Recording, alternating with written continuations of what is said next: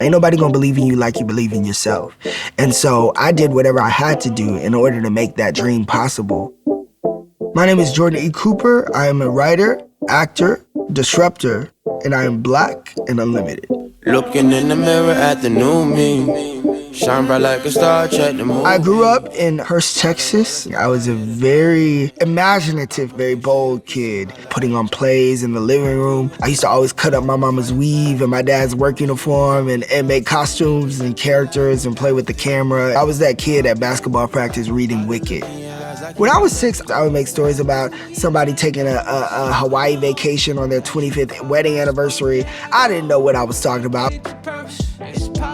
I used to be obsessed with DVDs and VHS tapes. Anytime there was a DVD that I wanted of a movie or a play that was coming out, I would always beg my dad to take me at midnight so that way I could be the first person to get this DVD. And I'm actually very proud to have Walmart a part of that story.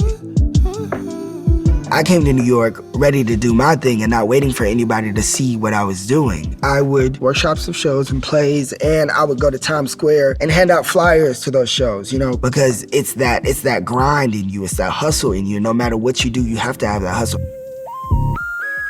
Ain't No Mo came to me in the summer of 2016 when Philando Castile and Alton Sterling got murdered.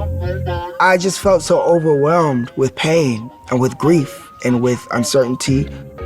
And I always say I have a very dark sense of humor. So I'm the person at funerals who has to find a reason to laugh. And my way of laughing in that moment was really, you know, why don't we just leave, you know? Why don't we just all get on a plane and go back to Africa and never come back? In that kind of adventure, that odyssey of a drag queen flight attendant gets all these millions of black folks on this plane to Africa. And that's something that we explore in Ain't No Mo, of like, what if blackness had to depend on queerness in order to get to freedom? And I wrote the blackest, gayest character I have ever written in my life, and out came Peaches.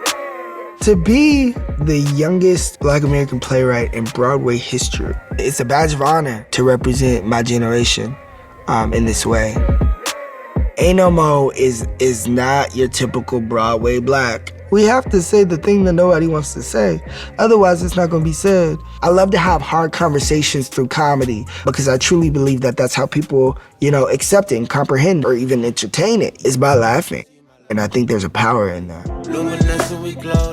It's super important for me to create lanes that intersect my blackness and my queerness and both identities because one, I am both and all, but also I don't see enough black queer representation.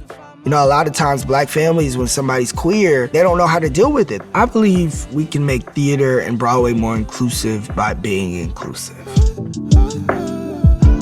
I just can't wait to share with the world and make space available for other artists like me, you know, create space for more people to be black and unlimited, to be black and liberated.